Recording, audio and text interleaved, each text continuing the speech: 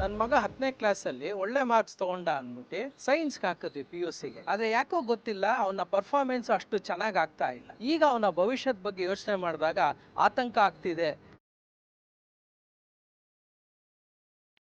ಪೋಷಕರಾಗಿ ನಿಮಗೆ ಒಂದು ಪ್ರಶ್ನೆ ಕಾಡ್ತಾ ಇರಬಹುದು, ನನ್ನ ಮಕ್ಕಳು ಇಂಜಿನಿಯರಿಂಗ್ ಮಾಡಬೇಕು ಅಂತ ಇದ್ದಾರೆ, ಆದರೆ ನಾನು ನ್ಯೂಸ್ ಪೇಪರ್ನಲ್ಲಿ ಓದಿದೆ ಸುಮಾರು ಇಂಜಿನಿಯರಿಂಗ್ ಕಾಲೇಜಸ್ನ ಕ್ಲೋಸ್ ಮಾಡ್ತಿದ್ದಾರೆ ಮತ್ತು ಕೆಲವು ಇಂಜಿನಿಯರಿಂಗ್ ಕಾಲೇಜಲ್ಲಿ ಕೆಲವು ಬ್ರಾಂಚ್ನ ಕ್ಲೋಸ್ ಮಾಡ್ತಾ ಇದ್ದಾರೆ. ಹಾಗಾಗಿ ನನ್ನ ಮಕ್ಕಳು ಇಂಜಿನಿಯರಿಂಗ್ ಸೇರ್ಕೊಂಡ್ರೆ ಮುಂದೆ ಅವ್ರಿಗೆ ಭವಿಷ್ಯ ಇದೆಯಾ ಇಲ್ವಾ ಅನ್ನೋ ಆತಂಕ ನಿಮಗೆ ಕಾಡ್ತಾ ಇದೆಯಾ?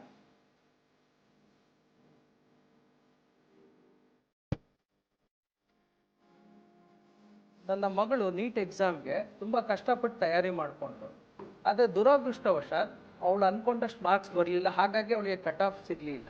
ಈಗ ಅವಳಿಗೆ MBBS ಕೋರ್ಸ್ ಬಿಟ್ಟರೆ ಬೇರೆ ಯಾವ್ದಾರ ಕೋರ್ಸು ಈ ನೀಟ್ ಆಧಾರದ ಮೇಲೆ ಸಿಗೋ ಸಾಧ್ಯತೆ ಇದೆಯಾ?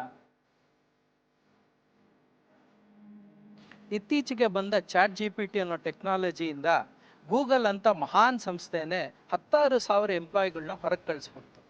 ಇಂಥ ಒಂದು ಅನಿಶ್ಚಿತ ಪ್ರಪಂಚದಲ್ಲಿ ನಮ್ಮ ಮಕ್ಕಳ ಭವಿಷ್ಯನ ಹೇಗೆ ರೂಪಿಸ್ಕೋಬೇಕು ಅನ್ನೋ ಆತಂಕ ಏನಾದ್ರು ನಿಮ್ಗೆ ಕಾಡ್ತಾ ಇದೆಯಾ?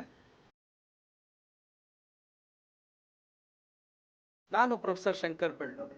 ನಿಮ್ಮ ಈ ರೀತಿ 10 ಪ್ರಶ್ನೆಗಳಿಗೆ, ಆತಂಕಗಳಿಗೆ ಸಮರ್ಪಕವಾದ ಉತ್ತರ ಬೇಕು ಅಂದರೆ ನಮ್ಮ ಪ್ರತಿನಿಧಿ ಡಿಜಿಟಲ್ ಚಾನಲ್ನಲ್ಲಿ ಕರಿಯರ್ ಡೆಸ್ಕ್ ಅನ್ನೋ ಕಾರ್ಯಕ್ರಮನ ಆರಂಭ ಮಾಡ್ತಾ ಇದ್ದೀವಿ. ಈ ಕೆಳಗೆ ಕಾಣೋ ವಾಟ್ಸ್ಆ್ಯಪ್ ನಂಬರ್ಗೆ ನಿಮ್ಮ ಪ್ರಶ್ನೆಗಳನ್ನ ಕಳಿಸಿ. ನಿಮ್ಮ ಪ್ರಶ್ನೆಗಳಿಗೆ ಸಮಂಜಸವಾದ ಉತ್ತರವನ್ನು ನಾವು ಕರಿಯರ್ ಡೆಸ್ಕ್ ಮೂಲಕ ಕೊಡ್ತೀವಿ. ಪ್ರಶ್ನೆಗಳ ನಿರೀಕ್ಷೆಯಲ್ಲಿದ್ದೀವಿ.